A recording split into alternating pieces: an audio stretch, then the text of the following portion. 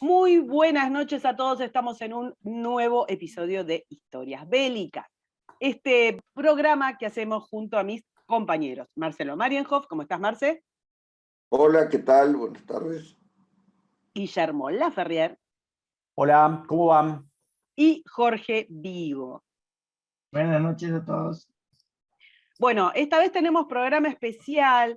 Nosotros íbamos a hacer otra batalla histórica, pero estamos ante una circunstancia mundial muy grave, y nos pareció que era oportuno, nos pidió mucha gente, poner en contexto histórico, estas dos repúblicas que se están enfrentando en este momento, Ucrania y Rusia. Voy a hacer un par de aclaraciones y después pasamos. Nosotros no vamos a contar el minuto a minuto, esto no es un noticiero. La esencia de estas charlas que hacemos es contar historias. Contamos historias. Y las contamos desde un punto de vista, obviamente, militar, bélico, contamos historias de guerras.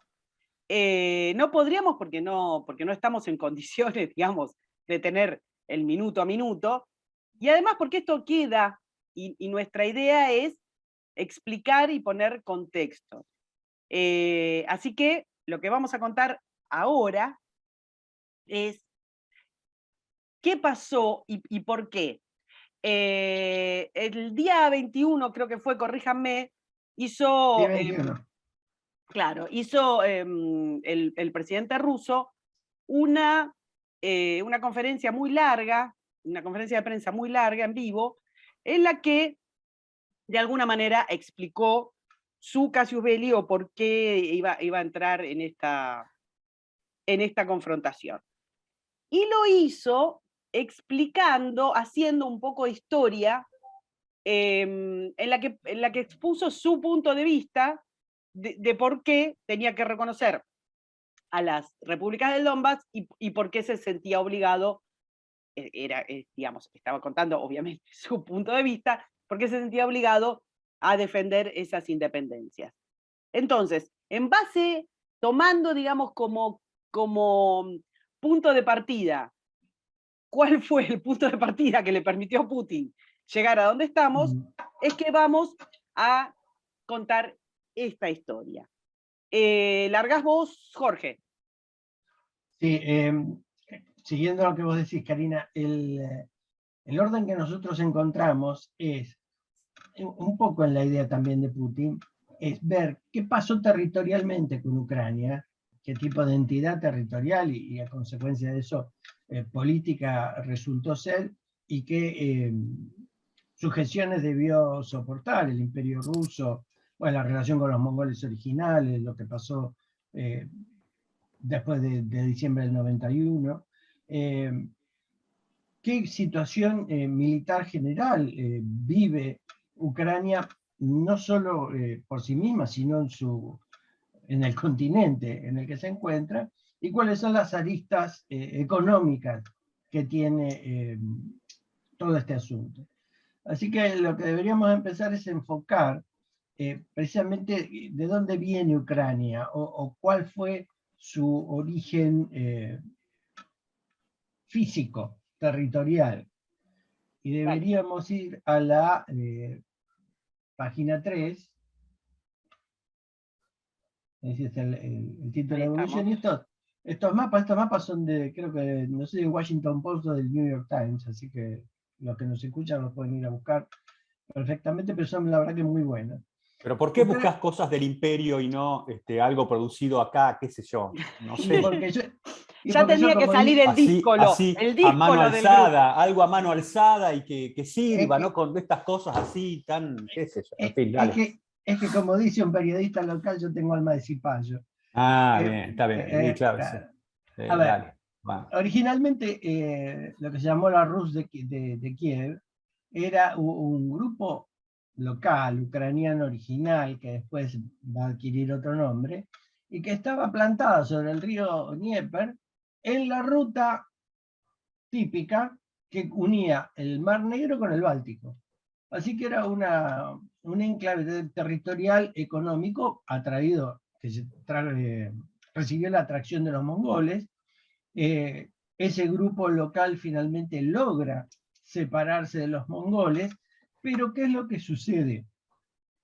Pese a esa separación de una fuerza asiática completa, sigue rodeado de otros intereses y de otros grupos políticos sociales que se están desarrollando alrededor de él.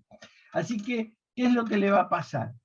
El núcleo va a trasladarse de Kiev un poco más hacia el sur y van a formar lo que se llaman los cosacos zaporozhyi, y van a formar la Zaporozhia.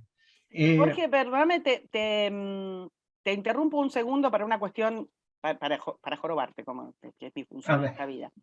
Sí. El Rus de Kiev era, esto es consulta, parece que lo estoy afirmando, pero no. Era como una especie de federación de principados, para entenderlo, digamos, en el marco del siglo VIII. Originalmente era una sola entidad, local y fundada o desarrollada sobre esta ventaja de ruta económica. Pero lo que va a pasar es que la Rus se va a ir expandiendo porque el núcleo básico que, digamos, no sé si está tan bien dicho, pero que podría ser el antecedente ucraniano original, terminó relacionándose, como vos decís, en otros principados que extendieron la Rus, que también después le cambiaron el nombre, y que tampoco estuvieron pacíficos en su unión. Es decir, encontraron una ventaja en unirse para defender esas rutas comerciales y aprovechar el territorio, pero después empezaron roces internos, que eso es lo que hace que la Rus empiece a quebrarse, a separarse. Esos principados existieron, pero existieron con varios nombres, que por supuesto en ruso no me los voy a acordar, pero... qué mal, qué mal. Sí, tengo que ir a tomar clases. Buen momento para tomar clases de ruso. Claro, sí. Tenía una dirección en Kiev, pero no creo que vaya ahora. Entonces, tengo una beca. Claro, una beca. Entonces, ¿qué pasa? Estos que van formando este núcleo de unidades políticas van cobrando cada vez más poder. Entre ellas, la que va a cobrar mayor poder en un momento de esta evolución, sobre todo hacia fines del siglo XVIII, va a ser Polonia. ¿Qué pasa? Internamente, los originales de la Rus, vuelvo a lo mismo, los Zaporozhia, se van a mudar hacia el sur de Kiev. No se van a recostar sobre Crimea, pero casi. Ellos van a formar el núcleo de los famosos cosacos Zaporozhyi. ¿Y qué pasa? A Polonia al principio eso le interesa. ¿Por qué? Porque lo que están peleando en el sur es con los tártaros musulmanes, apoyados por el Imperio Otomano. Entonces los cosacos les sirvieron para contener a estos tártaros. Si no leyeron la novela de Gogol, alguno habrá visto la película Taras Bulba, es el problema. ¿Y qué es lo que sucede? Polonia no se lleva, a pesar de que los usa, no se lleva bien con estos cosacos, y lo que va a hacer es asociarse a Rusia, en la época de Sofía y después de Pedro el Grande, y a cambio del apoyo de Rusia para pelear contra los tártaros, le va a ceder la Rus de Kiev, que es prácticamente Ucrania hoy, un poco menos, y la Rus de Smolensk, cosa que a los rusos les viene muy bien y que a Pedro el Grande le fascina, porque entonces la pelea con el Imperio Otomano la tiene él personalmente. Así que los polacos lo que hacen prácticamente es sacárselo de encima. Ahora, en ese sacárselo de encima, se va a formar una unión política y hay una idea de deshacer los pequeños grupos y formar un grupo político unido único. Esto va a hacer que los Zaporozhyi se separen. Un grupo va a seguir siendo los Zaporozhyi del sur, original. Otro grupo se va, digamos, a federar en esta nueva organización política, y perdónenme los ucranianos de origen, pero los podríamos llamar los cosacos del Dnieper, y otros se van a volcar hacia Rusia y van a formar lo que se llaman los cosacos del Don. No son etnias, sino son separaciones políticas estas. Así que ya de entrada los polacos pueden colaborar, los cosacos colaboran, pero no son, ni están unidos entre ellos, ni son muy dóciles para unirse con nadie. Así que, a pesar de que el dominio ruso empieza a fines del siglo XVII, ese dominio no es un dominio tranquilo, y lo que va a empezar Pedro el Grande, que después lo va a seguir todo el Imperio Ruso y lo va a seguir la Unión Soviética, es una especie de colonización o de migración rusa hacia la zona de lo que hoy es Ucrania, donde van a ir rusos de origen, pero además van a traer etnias del imperio, de otros lugares. Esto va a generar en Ucrania una mezcla. Si de los que nos escuchan han visto algunos mapas en los últimos días, o las últimas semanas, hay muchos mapas que explican las diferentes etnias que conforman Ucrania. Es multiétnica Ucrania. Aunque hay, y no es ruso parlante exclusiva, ni ucraniano parlante exclusiva, sino que hay muchas lenguas allí. Jorge, Ucrania, ¿te puedo interrumpir un segundo por sí, algo que expresaste antes y que mi mente tiene algún tipo de retardo como para imaginar qué te puedo decir justo de eso? Decime. Claro, bueno, porque soy un hijo de Entre Ríos, que a mí, vieron, todo me cuesta mucho. El gurí de Paraná. Me falta el bar y la calle de Buenos Aires, que ha formado líderes tan valiosos para este país, ¿no? Sobre todo esa fuente, Sí. como el café Varela Varelita, ¿no? En fin. Exactamente. Pero sí. voy a esto. Vos dijiste de las dificultades del Imperio Ruso para contener minorías, para contener el propio imperio. Eso ha sido una constante de Rusia durante todo su trayecto histórico hasta nuestros días, con los zares, con los secretarios generales del Partido Comunista. Iba a decir, en la Unión Soviética le pasó también. Pero tal cual, eso se extiende al Asia Central, al Extremo Oriente. Es muy grande lo que conocemos como Rusia y el Imperio Ruso en su momento.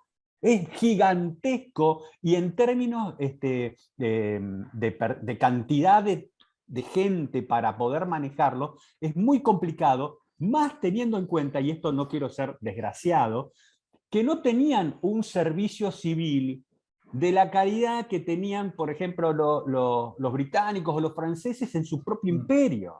No, sí, por supuesto. Ahí dejé, viste, eso mirá, me costó producir esta idea, pero bueno, parece que salió. Gracias. Claro, porque ahí se da el doble juego. Vos estás integrando un gran imperio donde cada pieza política nueva que se integra trae sus propios problemas y sus propias circunstancias, pero además has integrado un imperio muy rápidamente. Es decir, la Rusia imperial es producto del siglo XVIII. Sí. No del siglo XIX. De ese monstruo en el buen término que fue, para mi juicio, sí. Pedrito el Grande. Sí, por supuesto, y después Catalina. Fue de lo mejor, por algo Putin lo vive citando, fue de lo más grande que Rusia. El tipo tenía una visión, pero no que algo que podrían copiar algunos líderes nacionales y populares, ¿no? Sí. Quería una Rusia grande, pero mirando la modernidad. Voy a poner, mirando la modernidad, señores, voy a poner mi cuota de ¿cómo se llama? El cupo femenino. La que miró la modernidad, la que tuvo una visión increíble fue Catalina. Bueno, está bien. Sí. Bueno, sorry, claro, pongámoslo así, el que abrió la puerta fue Pedro. Sí, fue Pedro. Y Catalina siguió. ¿Qué querés que hiciera todo? El tipo no podía, viejo. ¿Qué querés que hicieran todo? Eso es la idea femenina de que uno puede ser brillante en todo, no puede hacer todo. Claro, así. Si vamos más atrás, si hubo un líder ruso como este otro, que era tremendo, Iván el Terrible. Iván, el famoso Iván el Terrible. El loco en su tremenda fuerza para hacer las cosas, era la única manera, mediante ese terror que imponía, de lograr algún tipo de cohesión en ese caos que está describiendo Jorge. Sí, más allá de eso, tener, o sea, que es algo que venimos hablando nosotros periódicamente cuando contamos guerras y sobre todo guerras de pasado, bueno, es como se hacía. Claro, Voy a claro. distinguirlo de esto que decían digamos, de Pedro y de Catalina, que tiene que ver con, y no sé si esto se sostiene, y les consulto qué piensan, con esta dicotomía de la expansión del imperio ruso, digamos, como concepto, y esa intención de integrarse a la ilustración, a las ideas modernas, que de alguna manera me parece que también genera como tensiones que no se, bueno, en realidad se resolvieron pésimamente, pésimamente digo para la vida de las personas, en toda Europa. Digo, a lo largo de distintas revoluciones. Pero me parece que Catalina significaba eso, ¿no? Como la idea de un concepto de modernidad que, bueno, nada, después no sé si pervive eso. No, en realidad uno lo puede ver como etapas, es decir, lo que hace Pedro es dar la base, sobre todo tecnológica y económica, para la expansión y el desarrollo ruso, y sobre eso después viene Catalina con la ilustración y puede ampliar sobre las escuelas, los sistemas sanitarios, el famoso evento de la vacunación de la viruela, es decir, son el traer alemanes a colonizar Alemania, Tal claro. cual, con tal su cual. tecnología la tierra rusa, que era operada sobre la base de ciervos. Sí, sí. No, son dos zares separados por muy poco tiempo y que construyeron todo lo que necesitaba el imperio para estabilizarse y para progresar. Se les debe todo, indudablemente, indudablemente. Lo que vinieron después colaboraron algunos un poco y otros no. Indudable, ¿no? Pero Sobre todo, después de sobre eso todo tenemos de el que todo. se puso en mano de Rasputín. Sí, Nicky, Sí, pobrecito. Sí, sí. pobre Pobre gaucho, pero el muchacho, tipo, sí. qué sé yo. Es santo para Bueno, la Iglesia Ortodoxa, guarda. sí. Increíble, Bueno, increíble. hace poco exhumaron los restos y enterraron a la Eh. familia toda junta. Pero bueno, ¿qué va a pasar? Bueno, tenemos todos ares, nos van a dejar en el siglo XIX, ya en el siglo XIX, con un imperio formado, fuerte, desarrollado, con avances económicos, con avances tecnológicos, en fin, Científicos, sí. científicos, todo. Y culturales. Este imperio es el imperio que se va a meter en la Primera Guerra Mundial. Y se va a meter por la dinámica europea de la época. Es decir, la lucha por espacios económicos, recursos, mercados y demás. Y cuidado con algo, Jorge, ¿no? También reconozcamos Sí, que este imperio ya en el siglo XIX también sí. se les había metido, y antes también con Napoleón, antes de que Napoleón se les meta, ya estaba metido en los temas en los asuntos de Europa Occidental. Se consideraba un Sí. jugador europeo, ¿no? Era uno de los jugadores de primera. No Sí. se podía prescindir de Rusia en No. Y Europa. Francia, Alemania, miraban a Rusia como una potencia con la cual podían trabajar. Sí. Y nuestros amigos en el Reino Unido la miraban con aprensión.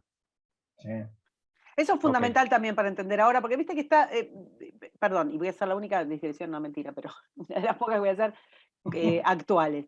Esta idea de Oriente-Occidente, y entonces hay Occidente contra Oriente, qué sé yo. Rusia es Europa. Sí. Digamos, no No, sí. pero Si es tuviera mi Europa. difunto padre, te diría que es Europa hasta los Urales. Bueno, está bien, pero ¿entendés, Guille, que digamos, Sí. por una cuestión, a ver, largamos en el siglo VIII y estamos teniendo en paralelo, si estuviéramos mirando, digamos, la evolución de las ciudades, yo no sé cuánta gente llegó a tener Kiev, pero era una ciudad importante, digamos, de Sí. 40.000 o 30.000, 40.000 habitantes. En el siglo VIII, 30.000, Sí. 40.000 habitantes, no sé qué tenía, sinceramente, no sé París. Una brutalidad. Sí. ¿Entendés? O sea, estamos hablando de un espacio tenés razón, Rusia es gigantesca y es asiática y europea, pero de un espacio que evolucionó cultural, académica, militarmente, al tiempo que evolucionaba Europa. Sí, Entonces no se puede sin haber decir. tenido los mismos procesos que se dieron en Europa, ¿no?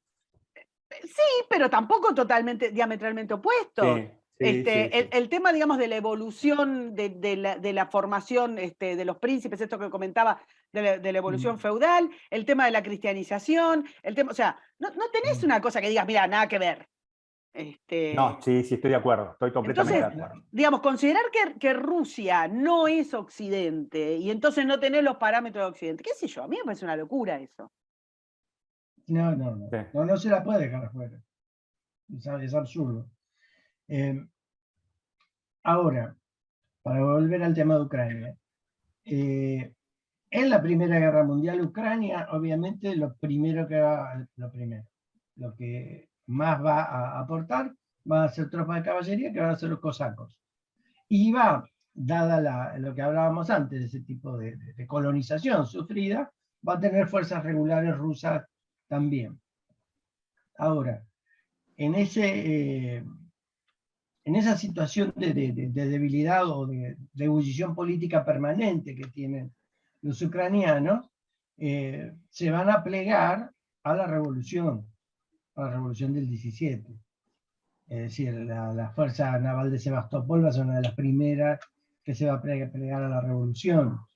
Así que Ucrania es fuente o foco, uno de los primeros focos de la revolución del 17. Esa revolución del 17 que va a agotar el sistema imperial, porque así como decíamos que tenía un gran desarrollo y demás, en otras áreas no desarrolló, y yo creo que ahí no desarrolló porque tuvieron grandes ares y malos ares, y los malos ares no entendieron la herencia que recibían para seguir potenciando Rusia. Y esa crisis de la Revolución Rusa es la que va a llevar a que Rusia se tenga que separar de la alianza de la Primera Guerra Mundial y firmar un tratado por separado, que es el Tratado de Brest-Litovsk, que separa la zona ucraniana y más, porque también el Báltico y demás, de la zona de interés rusa mientras la revolución va funcionando. Pasada la revolución, es decir, por ejemplo, en la revolución donde encontramos el ejército rojo y el ejército blanco, hay cosacos de los dos lados. Claro. Es decir, no hay una unidad política dentro de los hijos de Ucrania, digamos. Pero bueno, la revolución roja, digamos, gana y recupera buena parte del territorio ucraniano. Y a partir de ahí vuelve a aplicarse, o vuelve el mismo sistema imperial de rebeliones en Ucrania y colonizaciones y migraciones rusas hacia Ucrania. Es decir, el sistema va a permanecer, no va a haber una pacificación total de Ucrania. Tan así que cuando entremos en la Segunda Guerra Mundial vamos a tener otra vez, digamos tal vez por motivos más fuertes, pero vamos a tener otra vez tropas ucranianas del lado del eje y tropas ucranianas del lado de Rusia. Es decir, va a haber separaciones permanentes. Y esto yo no creo que se vea como una crítica, pero es una actitud de un pueblo muy celoso tal vez de sus derechos y de sus deseos de determinación, y que termina haciendo rupturas internas. En última instancia aparece la Grecia clásica, donde Claro, todos sí. hablamos de los griegos, pero eran grupos que se peleaban constantemente. Es decir, da la impresión de que hay una gran potencia política en cada ucraniano y que por eso se producen estos quiebres, digamos, o estos roces. Si vamos a la placa siguiente, una prueba política de lo que estamos hablando es este mapa. Este lo encontró Guillermo, me pareció fantástico. ¿Cómo Bueno, la como Rusia... casi todo. Bueno, Está terrible, está terrible. Está terrible. Fíjense, en el centro, los que nos están viendo... tenemos un mapa claro de territorios anexados de Ucrania, entonces tenemos un mapa con distintos colores dependiendo, digamos, de las anexiones a partir de distintos años. Ahí lo describimos para quienes nos escuchan en Spotify y en iVoox lo puedan entender. En el corazón de Ucrania, hacia el sur, bajo Kiev y bajo Poltava, está la Ucrania del siglo XVII, que es la Zaporozhia original. Ahora, después de la anexión, Rusia va, lo que decíamos antes, federalizar o tratar de federalizar la Zaporozhia y unirla a los grupos políticos o entidades políticas que habían estado en Kiev y que Rusia lo recibe de Polonia. Eso va a permanecer hasta el disidente, hasta la revolución, y la revolución después va a tomar esta Ucrania y la va a ir integrando. Entonces, un poco le va a sumar Lenin la va a acercar al Mar Negro, le va a entregar desde Luhansk, ya que se está hablando tanto hoy, hasta Odessa. Entonces ya vamos a tener una Ucrania bastante parecida a lo que tenemos hoy. Stalin le va a sumar la zona del Lubov, que es la zona que se recorta... Sí, perdón. Comentá eso y déjame que quiero decirte una cosita sobre las herramientas que utilizó Stalin, por favor. Sí, Stalin lo que va a sumar es el Lubov, y que es la zona que se repuesta sobre Polonia, digamos, Hungría, y finalmente en el 54 Nikita Khrushchev le va a integrar Crimea. Sí. Era ucraniano, Khrushchev, ¿no? Claro, era ucraniano el tío. Sí. Lo que quería decir era que el amigo, el tío Stalin, termina de completar esta cosa con Ucrania utilizando los poemas de Neruda. Va con camiones que van con parlantes recitando en ruso los poemas de Neruda, y eso acerca a la población a la madre Rusia. Digo, para estar en tono con la oda a Stalin que hizo Neruda, ¿no? ¿Qué sé yo? Sí, claro. Muy sutil lo mío. No, pero no es sutil, es el método ruso. No, me refiero muy sutil para cierto nivel de gente que cree que Neruda era un tipo que tenía una amplitud de criterio político brillante, ¿no? No sé. No, por un lado eso, pero además es muy del estilo ruso para cada acción política acompañarla con actos culturales. Sí, no, pero eso que te decía era una absoluta broma mía. No, pero más allá de eso es cierto. No sé si es del todo una broma, te diré. Es cierto, y es cierto que en ese sentido, digamos, el laburo de penetración cultural que viene haciendo Putin hace años con cadenas de televisión, de radio y redes sobre Ucrania es fenomenal. Es fenomenal. Sí. No, y el apoyo a los cosacos que están en Rusia. Claro. Hay un apoyo a las asociaciones de cosacos que están en Rusia. Así que sí, hay todo un juego, forma parte del ADN de la política rusa, ese tipo de juegos o de maniobras culturales. Así que la idea es ver que Ucrania termina siendo una entidad política de ucranianos originales, pero que es ensamblada desde afuera, y que los ucranianos con buena voluntad, no digamos aceptan, pero tratan de manejar ese ensamble, pero son decisiones externas, no son decisiones internas. En los mapas siguientes, que es la página siguiente, ¿no? Lo que nosotros vemos es, bueno, la Ucrania ensamblada, que va a durar hasta el 91, la caída de la Unión Soviética y la separación de Ucrania como otras entidades políticas como Bielorrusia, las naciones bálticas y demás. Y después la separación de Moldavia. A partir de acá empieza la relación política Ucrania-Rusia como dos entidades políticas autónomas, digamos, y no una relación tranquila. ciertamente. Les consulto algo. La conformación de las fronteras, porque lo que vimos recién es hasta Khrushchev, de qué manera le fueron anexionando terrenos, y digamos, esas fronteras son las que se toman cuando la independencia se produce, digamos, un poquito antes de la implosión de la Unión Soviética. ¿Qué es lo que pasa con esa frontera? O sea, ¿por qué Rusia, por la debilidad de la Unión Soviética, por lo que fuera, sostienen las fronteras, digamos, de lo anexado por Khrushchev, por Stalin y demás? ¿Por qué se sostienen esas fronteras que después van a ser, digamos, el nudo del problema? Claro, ¿Vos te referís por qué existen esos países, se extendió tanto hacia el oeste? Claro, No, porque no. si vos o sea, si nosotros nos fijamos de lo que estuvo explicando Jorge recién, no es que, digamos, la anexión de Crimea o la anexión, digamos, del oeste o demás, no es que son naturales históricas. Naturales no quiero decir, porque No. no existen naturales, No, perdón. mirá, ¿puedo decir algo? ¿Cómo no? Te estábamos esperando. Todas esas fronteras, no se olviden que la Unión Soviética, el nombre oficial es Unión de Repúblicas Socialistas Soviéticas.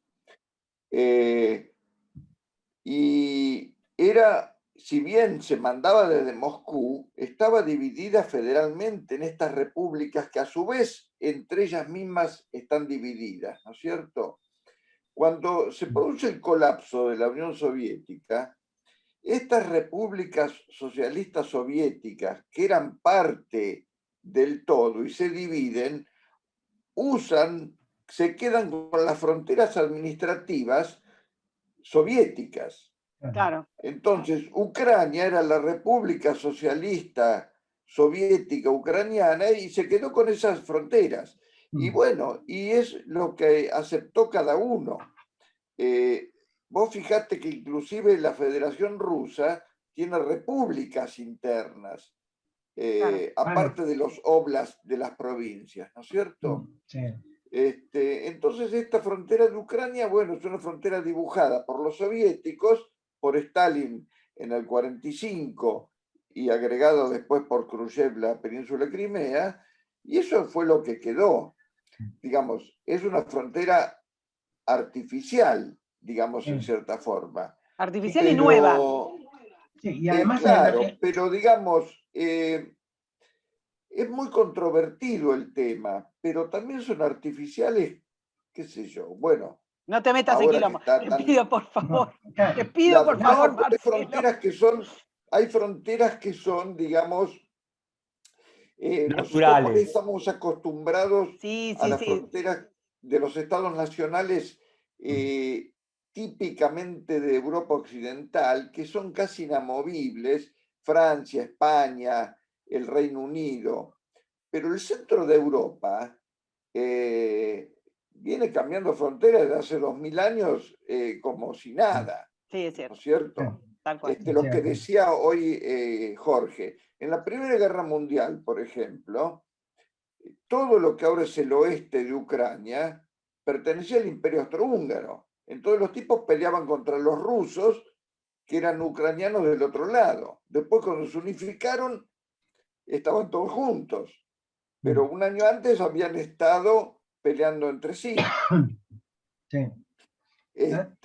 Entonces, bueno, Ucrania se quedó en esta frontera. Es un poco lo que dice ahora Putin, que utiliza como excusa diciendo que son fronteras artificiales, etcétera, y que el otro día el embajador de Kenia en las Naciones Unidas hizo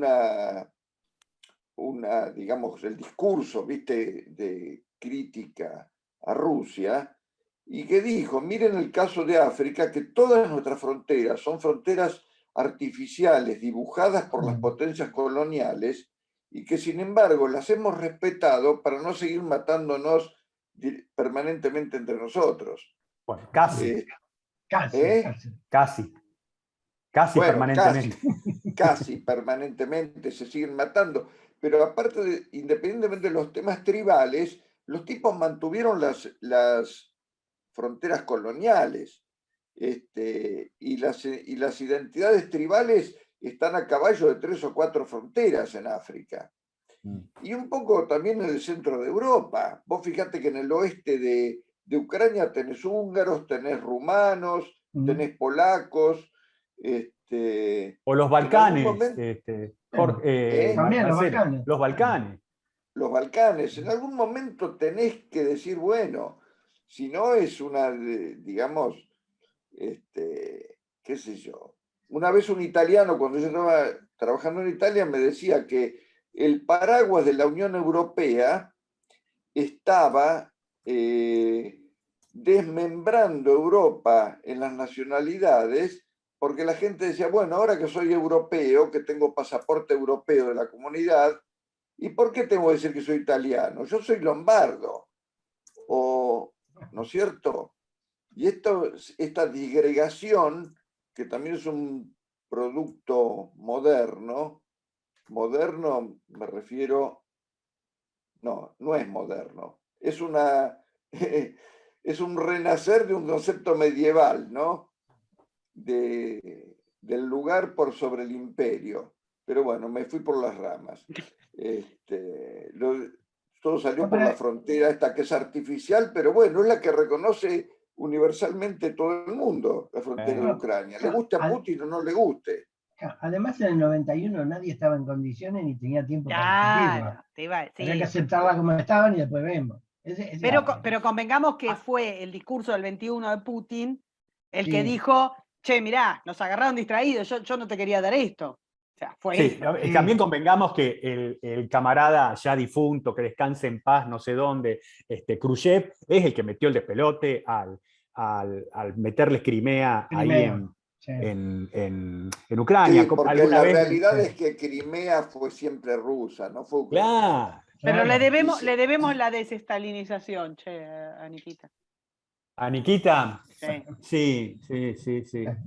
Gran tomador de vodka, ¿eh? Como corresponde. Alcohólico empedernido, vos sos gurí de Paraná, pero eres de gurí de Crimea.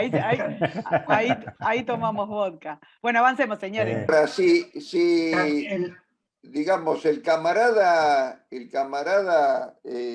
Putin dice, devuélvanme todo lo que era parte del Imperio Ruso, y bueno, que los alemanes le digan, devolveme Kaliningrado, que era Königsberg. Claro.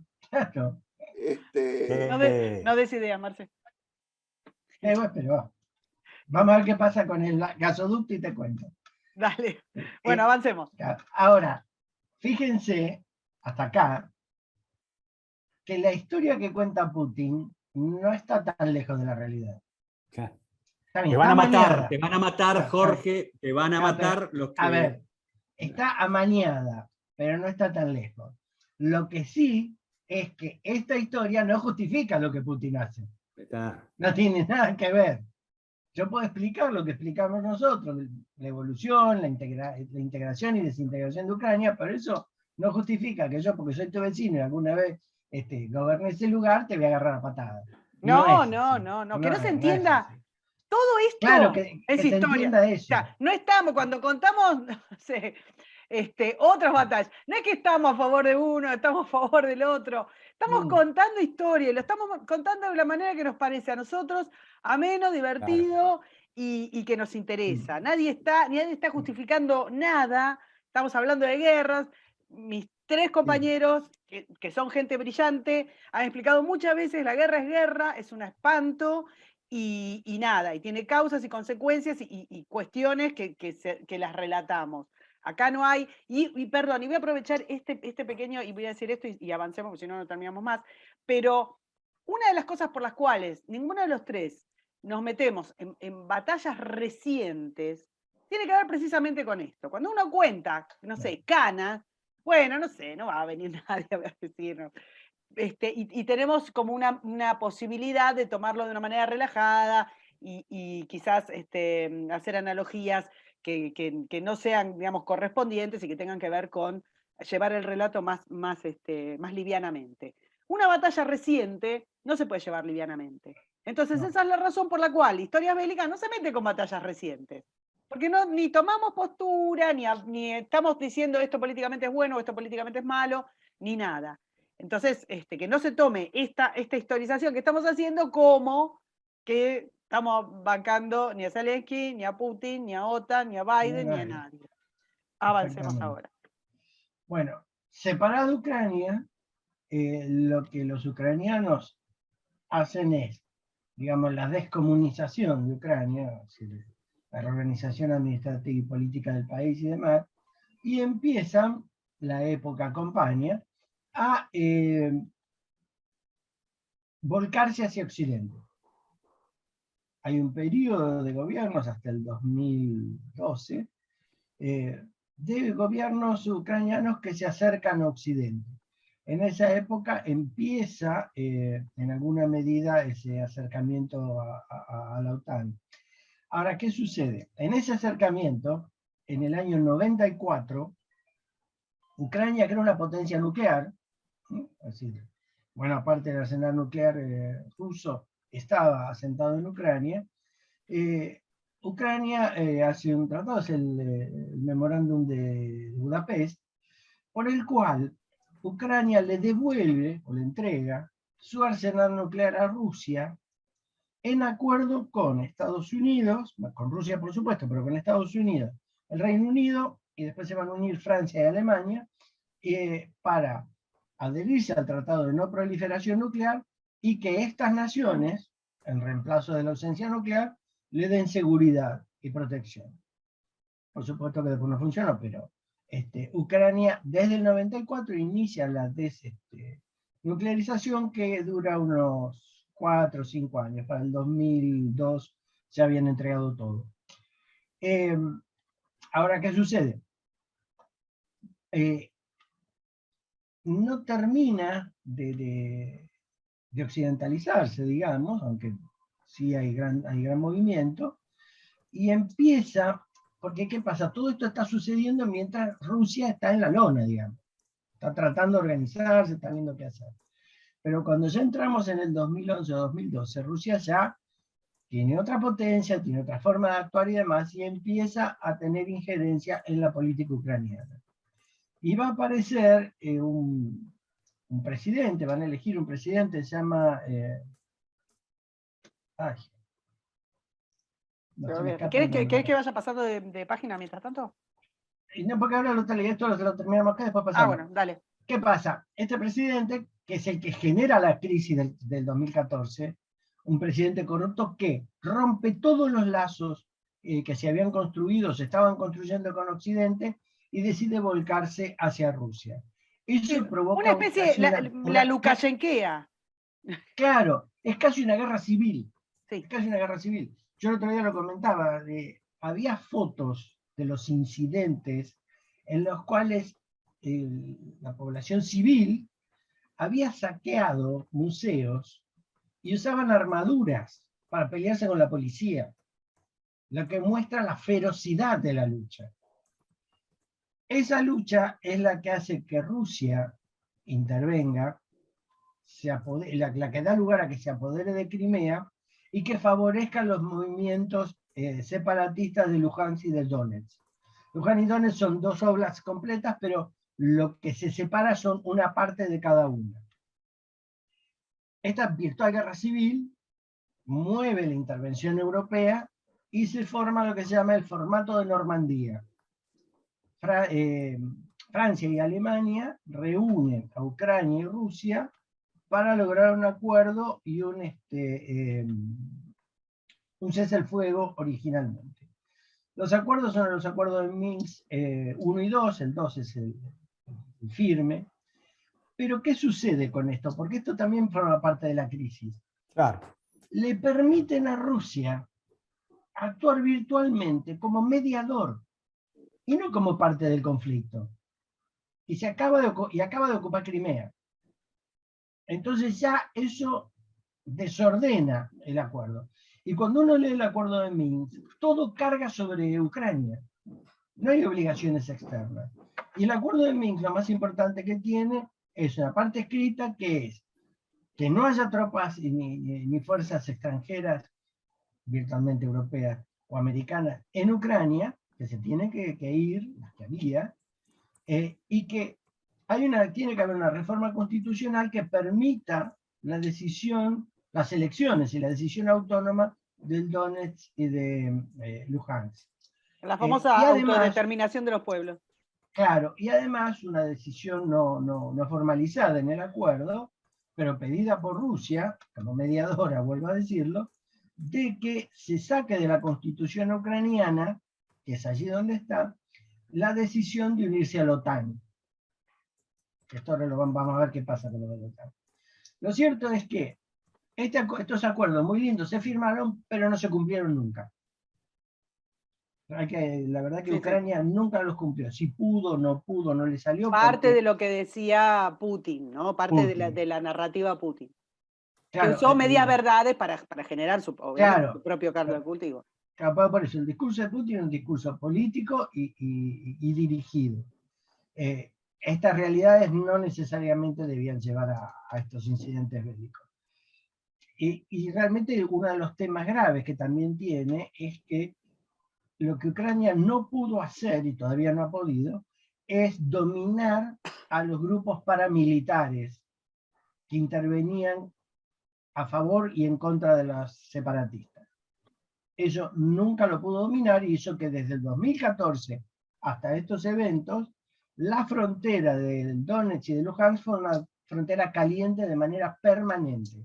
Sí, ahí hay un punto también que quisiera, perdón Jorge, sí, ¿no? Que es de los grupos radicalizados que no solamente operan ahí donde estás mencionando, sino que participaron también de la revuelta que generó la Ucrania actual, ¿no? Es cierto que hay mucho grupo filonazi, ¿no? Mucho grupo fascista, mucho antisemitismo ahí en Ucrania dando vueltas. O sea, esa parte del discurso de que usa Putin tiene un pedazo de verdad también. No estoy diciendo que el señor Zelensky actualmente sea nazi, por favor. No, estoy diciendo el contexto en que todo esto se da. No, lo lamentable es que los argumentos de Putin podrían haber sido viables para discusiones políticas, para nuevos acuerdos. No, pero obviamente usó para generar su... claramente. Ese es el tema. Pero como Jorge dice, en todos estos años, desde los acuerdos, no hubo, porque no se pudo, no se supo, lo que sea, no hubo un avance para tratar de encontrar una solución diplomática a esta. Y acá sumo también a Occidente, que atendía este problema, al grupo de apoyo, ¿no es cierto?, que se había generado para dar el marco a Minsk, ¿no? ¿Qué sé yo? Sí, así que esa es la situación en la que a la que llegamos ahora, el 2022, perdón. Y es la que cada uno usa a su favor para hacer la guerra y no hacerla. ¿Puedo agregar el tema a este marco que de forma brillante nuestro admirador de ese pequeño hombre de Francia ha dado? Qué pequeño tenía mi estatura, ¿eh? No seas desgraciado. Pero, estaba hablando de Macron. Qué obsesivo, no lo puedo creer. Pero yo quiero mencionar algo porque, viste, hay mucha gente que dice que relaciona esto con el 38, con los pactos de Múnich, ¿no? La secesión de la toma de el tema de los Sudetes en Checoslovaquia y todo ese tipo, y hablan de los Chamberlain y todo ese tipo de cosas, ¿no? Traje la paz de Europa, todo ese tipo de cuestiones. Es el tema nuclear. Cuando se dio la situación de Múnich, ¿no? El ridículo tipo de los bigotitos no tenía armas nucleares, por supuesto, ni Francia ni el Reino Unido las tenían, ¿no? Tampoco, ni estaba en la cabeza de los políticos al menos. ¿Qué quiero decir con esto? Que ahí sí había una chance de tratar de encontrar una solución que parara a esto de otra forma, recurriendo, si es necesario, al recurso militar. Como cuando, por ejemplo, se trató de reforzar la frontera del Rin cuando los alemanes avanzaron sobre ese sector en su momento con Hitler. Cuando vos estás en un panorama, en un marco, y esto pueden ustedes dos no coincidir, pero a mi juicio, cuando estás en un marco de un nuclear, en que ambas partes tienen armas nucleares, el considerar que vos podés tener una solución de tipo suma cero en el que yo gano todo, impongo mi solución a esto por sobre la del otro, es no ser realista. No quiero decir esto quién es bueno, quién es malo, qué inmoral, qué es lo que estoy diciendo. Estoy diciendo ser realista. En el marco nuclear, si uno quiere evitar la hecatombe, debe encontrar una fórmula de win-win. Y acá me voy al amigo de muchos que nos oyen, que es el amigo Trump. No, no es mi amigo, no es mi amigo. Amigo Pero mío, el amigo Trump se tomó un avión, el Air Force One, y se fue a Singapur a encontrarse con Rocketman, el pibe que está allá en Pyongyang tirando cañitas voladoras, ¿no? el mandatario de Corea del Norte. Vos Exacto. hablás como si Y fuéramos vos- todos amigos, como si comiéramos No, todos. yo hablo porque es miembro del Movimiento Nacional Popular de Sí, la por mesa supuesto. Extremo Está Oriente. calladito en estos días. Pero tenés Sí, razón está vos, acá. que la inteligencia y esto hay que, de vuelta, no nos queremos meter en la coyuntura, pero no hay manera. La inteligencia o la destreza, o yo qué sé, o el instinto de Trump de no agitar aguas, que cuando las agitas no sabes cómo corno termina. Pero tal cual, porque voy a esto. No fue a decirle a Rocketman, ¿no es cierto?, que Te voy a pasar por directamente arriba de la cabeza. te voy a pasar por arriba, que lo podía hacer. Estados Unidos tiene la capacidad de convertir a toda Corea del Norte en la playa de estacionamiento más grande de Asia. En horas lo puede hacer. En menos de una hora lo puede hacer. ¿Está claro? Pero el costo de eso es tremendo. No lo puede hacer. Entonces tiene que generar una salida para el otro que sea favorable a él y también para su propio interés. Eso estuvo en la mirada del amigo Donald. ¿Me comprenden? Porque fue realista. Y en esto que estamos asistiendo ahora... Súper criticado en ese momento, ¿te acordás? Sí, ya lo sé. También por Sí, juntarse con Putin pero tal cual, y tal generar, cual, digamos, un marco de entendimiento de tal que, cómo se cual. junta con Putin, Tal cual. O cuando se reunió acá en el G20 en Buenos Aires, que vinieron hubo un momento, yo no es que sea, quiero decir, pero que hubo un momento que el mundo podía venir acá, ¿no? Se sentaron en una mesa, creo que del Hotel Alvear o por ahí, ¿no?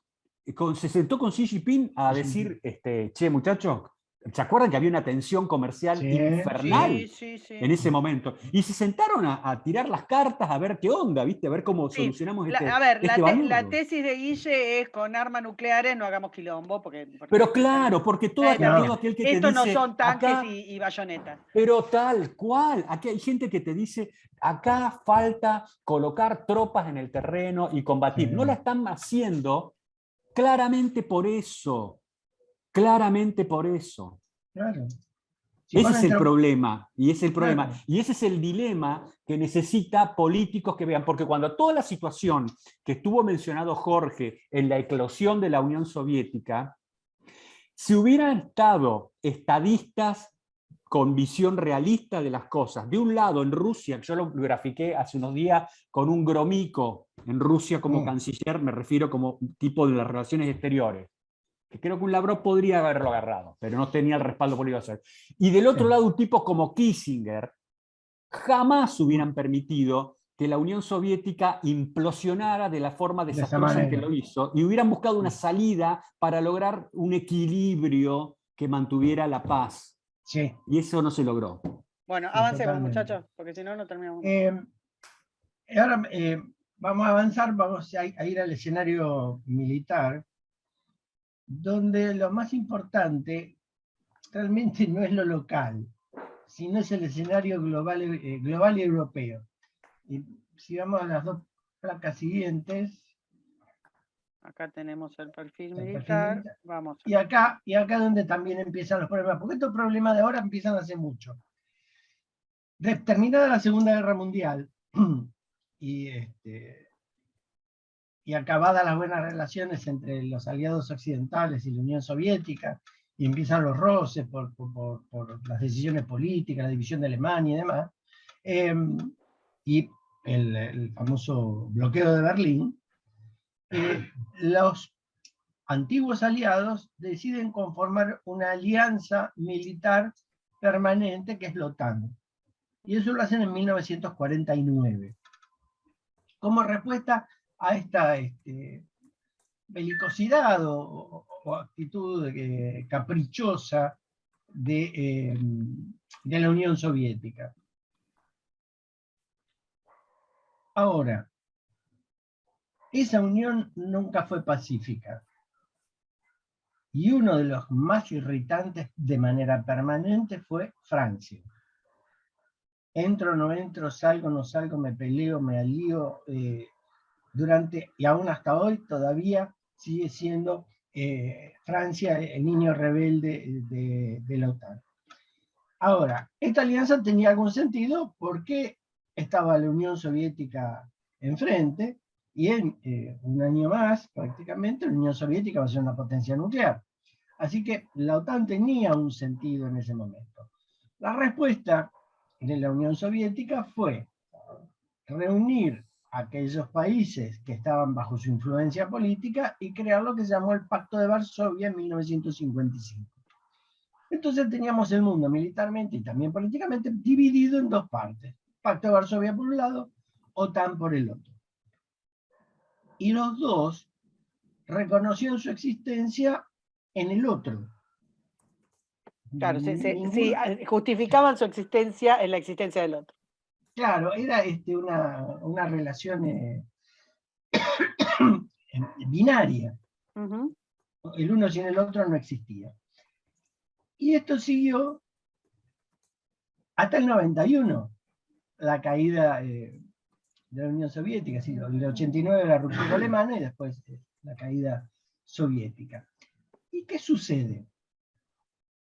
Por ahí por el año 99 hubo una especie de acuerdo con una Rusia todavía débil que le va a pedir a la OTAN que no expanda hacia Oriente.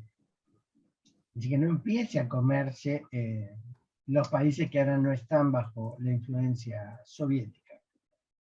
Bueno, lo cierto es que nunca ocurrió y la OTAN continuó expandiendo en el mapa siguiente, en el 8, para los que nos ven, pasamos del 89 con esta relación OTAN-Pacto de Varsovia al 2014, donde ya no es la OTAN hasta Alemania, digamos, sino que es Hungría, Rumania, Bulgaria, Polonia, los estados bálticos, es decir, llevan a la OTAN a las puertas de la Rusia más tradicional. Sí, la llevan, perdón, a la puerta de Moscú. Sí, prácticamente a las puertas de Moscú. Si tenemos en cuenta además el alcance del armamento moderno. Bueno, tal cual. Rusia no lo pudo. Para los que seguimos la radio, la televisión rusa, que es adictivo para mí, tienen una chiquita que habla español, muy mona, muy jovencita, que hace esta explicación con ¿cómo se llama? Con las extensiones de los armamentos y con qué facilidad, con este avance hacia el este de OTAN, se llegaría a atacar Moscú. Que, insisto, porque todo esto lo tenemos armado, no porque lo estemos avalando, sino para desmontar o para entender el casus belli que presentó el 21 Putin. Claro. Entonces, este acuerdo no escrito, obviamente, pero que existió, bueno, no fue cumplido y la Unión Soviética, Rusia nunca lo pudo detener, hasta ahora. Nunca lo pudo detener hasta ahora. Es más, entonces, hubo un momento que Rusia quiso entrar a la OTAN. También, Bueno, pero es una cosa de locos esto, estimados. Es una cosa de locos, es una comedia de enredos. Claro. Es una comedia de enredos. Claro, es decir, lo que decíamos recién, si era una relación binaria, donde uno existía a causa del otro, esto era eliminar a uno al otro y perder sentido.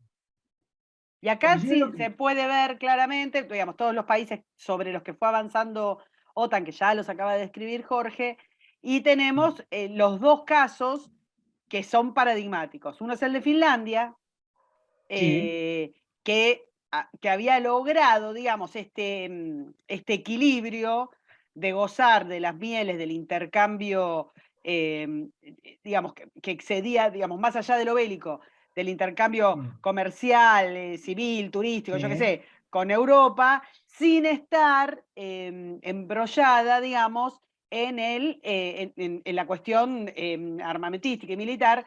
Entonces, Claro. Finlandia permanece sin ser parte de la OTAN. Sí, Ahora hay rumores, anda a saber, de que ante los acontecimientos Finlandia está pidiendo entrar en la OTAN, con lo cual, Colla Golda. Sí, pero guarda con sí, otro temita, ¿no? Porque vos citaste la televisión rusa.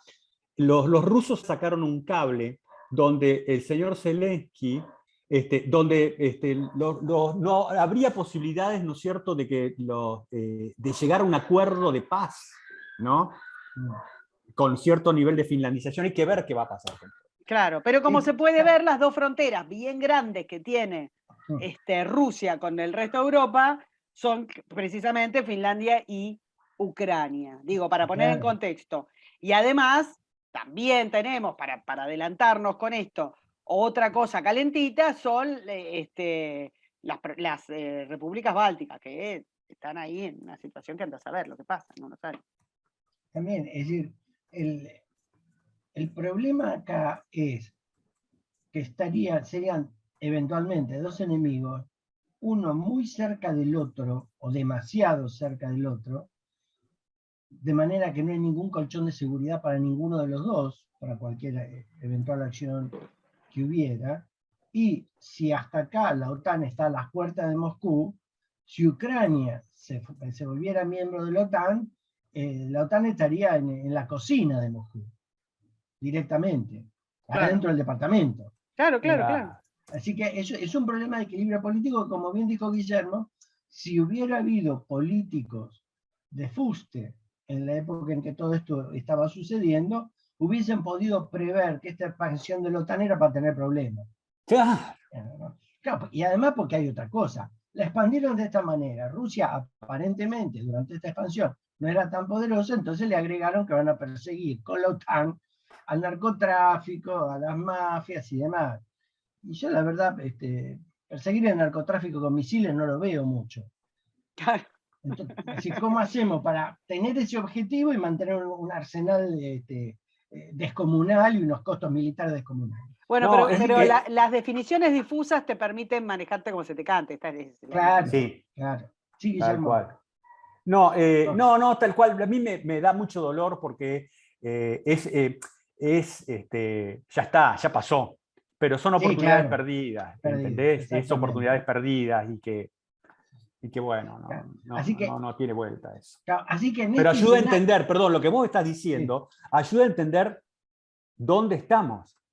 Claro. Y por qué estamos como estamos. Exactamente. Y además hay que mirarlo desde dos lugares. Por un lado, estamos en Ucrania en esta situación, donde la OTAN tiene un peso brutal para las decisiones. No la OTAN como organismo decidiendo, sino pero es un elemento a tener en cuenta inevitablemente en las condiciones en las que acabamos de describir. Y por otro lado, también hay que tener en cuenta que me perdí, pero ahora lo voy a recuperar. Es así, no está tan joven. Claro, lo que uno tiene que tener en cuenta que esto que decimos, el escenario es ese. No se puede prescindir de esta evolución de la OTAN porque forma parte del calentamiento de la situación.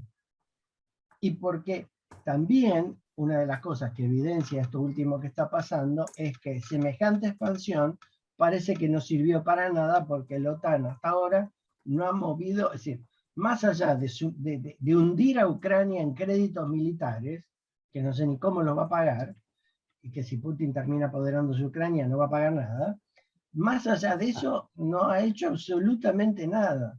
Entonces, del 49 para acá, para esto... Te hubieras quedado en casa. Claro, no estoy promoviendo una guerra mundial, pero francamente, llama la atención. Ha generado... Contribuyente europeo me preguntaría dónde va mi plata. Tal cual.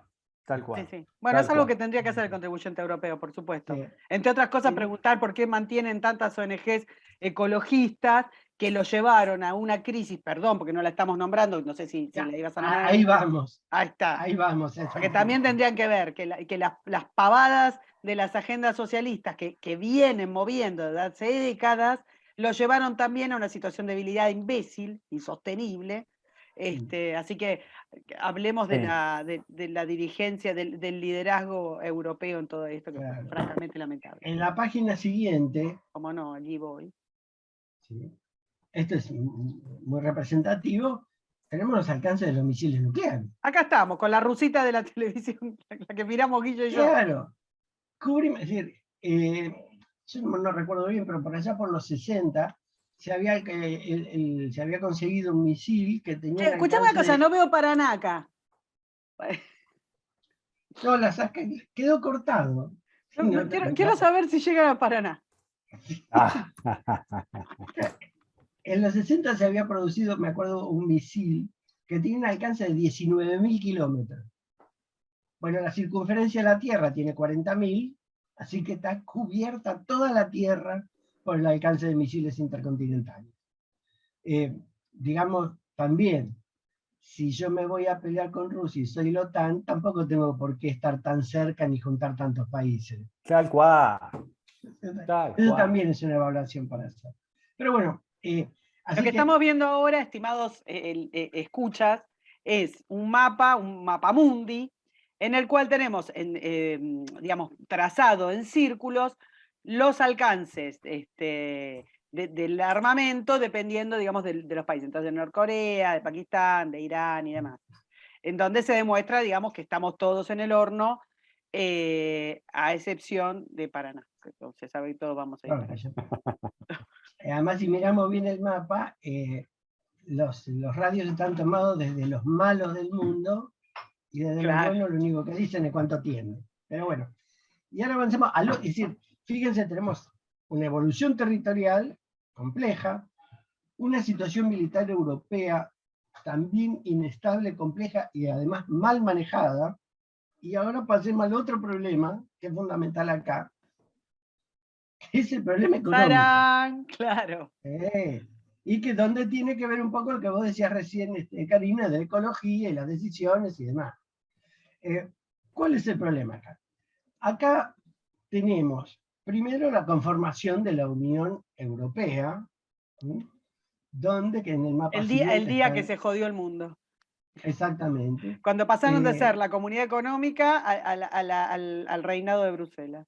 Sí, y lo que para mí siempre fue una barbaridad, y si me permiten una publicidad, yo todavía no puedo entender cómo Hugo Grocio en el siglo, si no me recuerdo, 17, ya decía que era imposible hacer organismos supranacionales, y lo explicaba, y escribió 2 tomos, y después vino Kant, y lo explicó, y un montón lo explicaron, y nosotros seguimos insistiendo que podemos reunir a los países, que vamos a hacer un asadito todos los domingos, nos vamos a poner de acuerdo ante cualquier problema.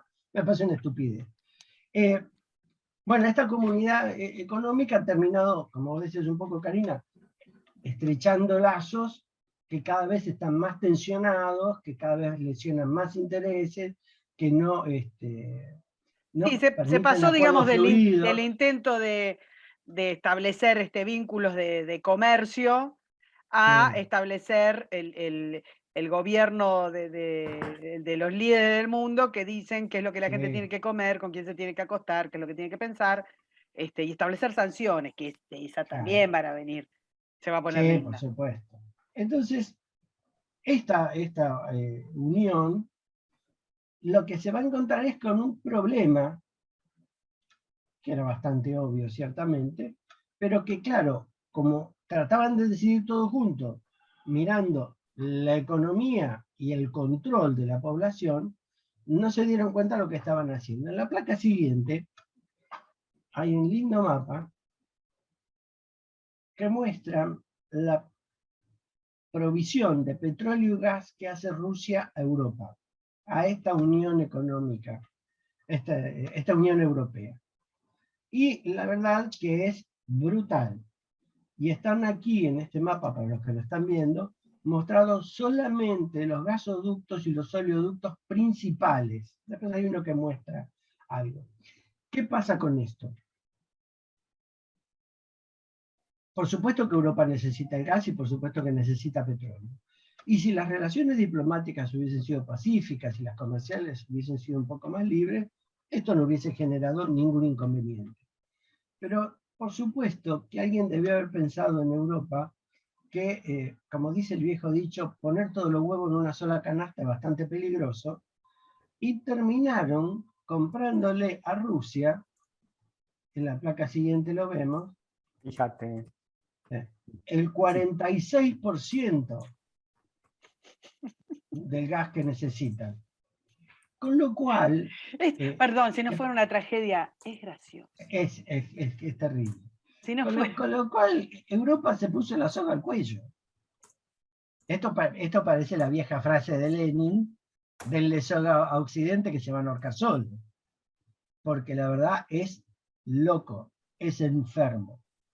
Entonces, digamos, uno de los temas que tiene que ver con esto es el Nord Stream, el 1 y el 2, donde fue Angela Merkel la que aceptó tener un gasoducto que fuera de Rusia directamente a Alemania, y que ajustaba todavía más, no en números, pero sí en la sujeción de tenerse como cliente directo de Rusia. Hay una serie de cosas que tienen que ver, perdóname, te interrumpo con Merkel, para tirar agua para mi molino. Pero durante años se ha hablado de la brillantez del liderazgo de Merkel. Y Merkel era como, bueno, Merkel. Sí.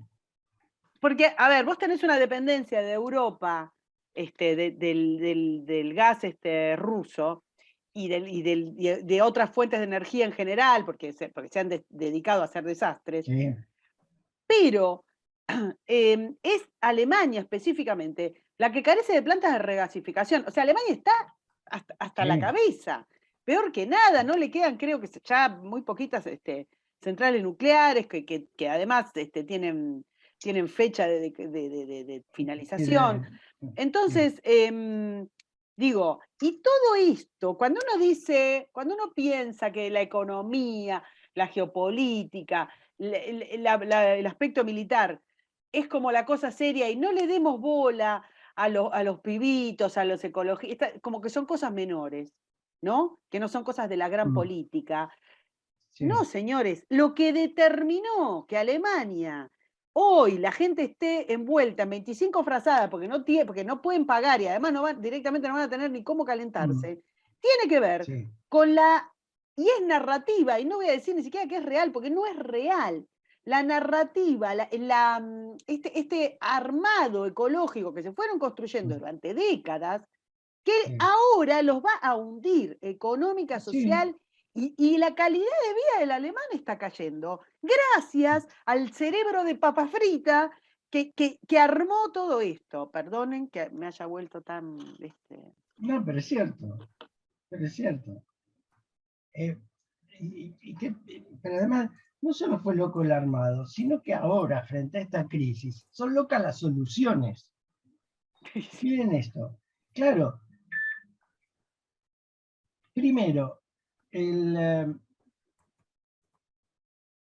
Nord Stream 2 no lo van a autorizar, con lo cual el gas se va a ir a las nubes y no va a haber. Soluciones. Tienen, por supuesto, además otro gasoducto en el sur que cruza el Mar Negro. Y estos gasoductos, si se habilitaran, dejarían a Ucrania sin los recursos del pago del paso de gas por su territorio. O sea que ya los estaban durmiendo bastante. Exactamente. Ahora, ¿cuál es la solución alternativa?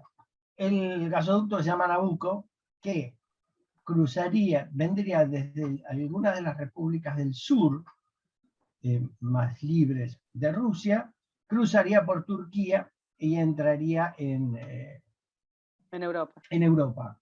El gasoducto no está del todo terminado, funciona en parte, así que habría que terminar ese gasoducto.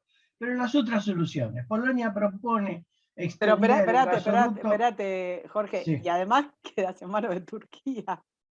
Claro, una Turquía que no sabe muy bien si sonreír mucho para un lado o sonreír mucho para el otro. Te lo digo, gente macanuda y estable, digamos, para con Europa. Sí, Erdogan es una joyita, la verdad. Así que tenés eso. Yo no le dejo, pero ni la llave de la bici. No. El por sultán. supuesto. El sultán, Sí. claro. Otro que tiene delirios imperiales. Sí. Pero entonces después tenés, Polonia propone extender un gasoducto que cruce por Dinamarca y se enganche con el gasoducto del Mar del Norte que viene de Noruega. Muy lindo, pero hasta octubre, con mucha suerte, no podría estar terminado. Pero además hay otro problema. Noruega ya tiene cliente para todo el gas que tiene. Así que si le sumas eso, el gas se vuelve más caro. El otro es ampliar la producción de gas, la compra de gas a Qatar, por ejemplo, o Argelia. Pero ahí el problema que tiene es que hay dos problemas. Primero, que el gas de Qatar necesita un procedimiento tecnológico para poder adaptarlo al sistema europeo. Y por otro lado, ese gas viene en barco, así como vienen los barcos acá. Pero esos barcos, para poder contratarlos, tenés que competir con China, que también compra. Así que a lo mejor vos tenés contratado 3 o 4 barcos que van a ir a Europa a entregar el gas, viene China, habla con el armador y le paga el doble y vos te quedaste sin gas y sin barco. Es decir, todas las soluciones que están proponiendo apuntan a que el gas va a ser más caro. Sí, Así sí. que es un arma inversa a lo que cree la Unión Económica de cortarle el gas a Rusia y se acabó. Le cortás el gas a Rusia y los que van a sufrir van a ser los europeos.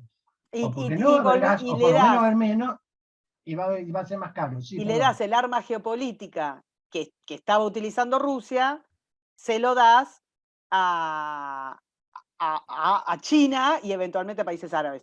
Digo. No, y además sumás un problemita pequeño, que es, en vez de tener a Rusia de tu lado para equilibrar geopolíticamente a China, te la estás dando en los brazos abiertos a los chicos allá en la ciudad prohibida, ¿no? ¿Qué es lo que pasa siempre, Guille? Claro. ¿Qué es lo que pasa siempre cuando acorralás una fiera? Y con el agravante, y esto no quiero adelantar, ni sabemos qué va a pasar, pero de presionar sobre el SWIFT. Y presionar, bueno. entonces lo estás tirando No, pero a ahí los ya brazos, salieron a los brazos. los mismos alemanes, hay países que ya se están oponiendo marcadamente a eso. No, bueno, pero olvidate. digo, nunca se sabe, porque la verdad que todo lo que pensamos, siempre la realidad nos pasa por arriba de nuestra imaginación más dorada. Pero con eso y todo, lo que digo es que, como sea, lo que estaba diciendo Jorge, de acorralar a la fiera, bueno, lo estás mandando a que se dé bello con Xi, pero como un loco. Sí, totalmente.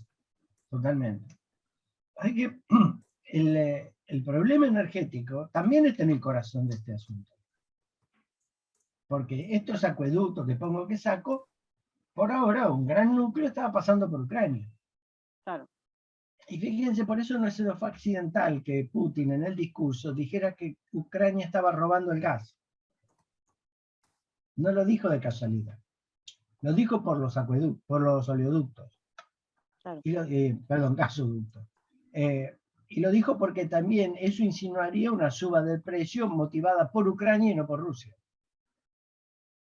Así que en eso, la verdad que un discurso enredoso, pero bastante bien armado.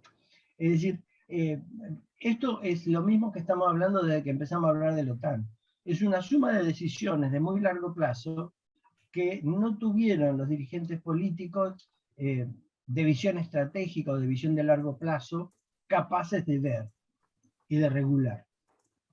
Así que uno de los motivos también por los cuales, como decía recién Guillermo, la OTAN no se va a meter porque hay un peligro nuclear, pero otro motivo por el cual no te conviene meterte porque ya va a haber problemas económicos, pero esto rompería todo.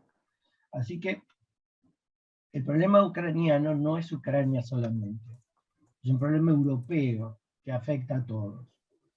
Y finalmente con este paquete llegamos a más o menos la situación actual, que es el último mapa. Este no. No, el que sigue. Acá están los... Claro, la situación actual en el sentido del escenario estratégico, ¿no?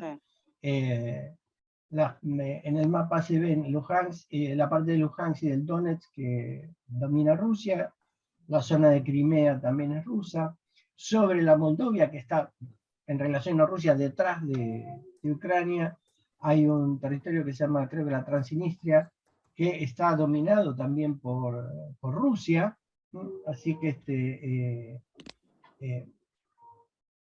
en ese escenario Ucrania está en el centro, rodeada de fuerzas rusas, que en estos días hemos visto entrar a través de Kharkov, de Crimea, parece que también de Odessa, de Kiev, y que además, si Rusia avanzara totalmente sobre Ucrania, la pondría frente a un límite directo con la OTAN, porque Rumania, Hungría, Eslovaquia y Polonia son naciones de la OTAN que son linderas a Ucrania. Así que eso después Putin tendrá que ver cómo manejarlo y cómo se resolverá. Pero yo creo que hasta acá es el escenario complejo, donde la evolución histórica y territorial de Ucrania pesa, donde las decisiones militares europeas han influido sobre este evento, y donde la situación energética y económica también tiene un peso fundamental, y que el resultado de estas acciones militares van a decidir a ver qué es lo que va a pasar con eso que hemos hablado a futuro. Claro. Yo creo que a futuro esto debería abrir un nuevo mundo en cuanto a la visión política y económica, pero bueno, eso es un evento cultural que nadie puede manejar. Bueno, hasta hoy hemos tratado de dar este panorama, me parece que es fundamental y en general no se explica mucho, hay mucha desinformación y mucho paparulo suelto en la tele explicando pavadas, diciendo cosas que no tienen nada que ver con la historia. Si no se explica la historia, cuando uno está muy perdido, a mí por lo menos me pasa cuando son épocas tan oscuras y tan imposibles de entender o de comprender, conviene la historia. Primero por una cosa que no sé si les pasa a ustedes, pero es esa sensación de todo esto ya pasó. O sea, estas cosas han pasado ya. Sí, pero para eso no tenés que leer el Olé Deportivo como único medio de información. Bueno, para eso hay que escuchar historias bélicas. Pero en parte también lo que nos pasa a nosotros, incluso cuando contamos batallas, no sé, de siglos antes de Cristo, tiene que ver con la acción humana. Esto ya pasó, esto sí. se puede entender obviamente. Nos gustaría contar siempre cosas que pasaron hace siglos y no cosas que están pasando ahora, pero tiene que ver con eso. Va a haber seguramente muchas preguntas, no tenemos tiempo para contestar, pero nuestras redes, sobre todo las redes, digamos, de mis compañeros, que son los que saben, están abiertas, ellos son muy amables como para hacer preguntas de esto que va pasando. La semana que viene nuestra idea es seguir, Guille, con el programa estipulado. Sí, con la batalla de Alesia, que no es un administro de ¿cómo se llama? De Amazon para hacer cosas, sino una batalla del amigo Julio César. Claro, para ir a relajar. Algunos tendrían que leer. Sí, pero sabés que recontra, recontra para entender este momento también. Pero bueno, creemos que vamos a seguir con eso, pero uno nunca sabe. Así que les agradecemos a todos por habernos acompañado. Muchas gracias, muchachos. Nos vemos en la próxima. Chau, chau. Gracias a todos. Hasta luego.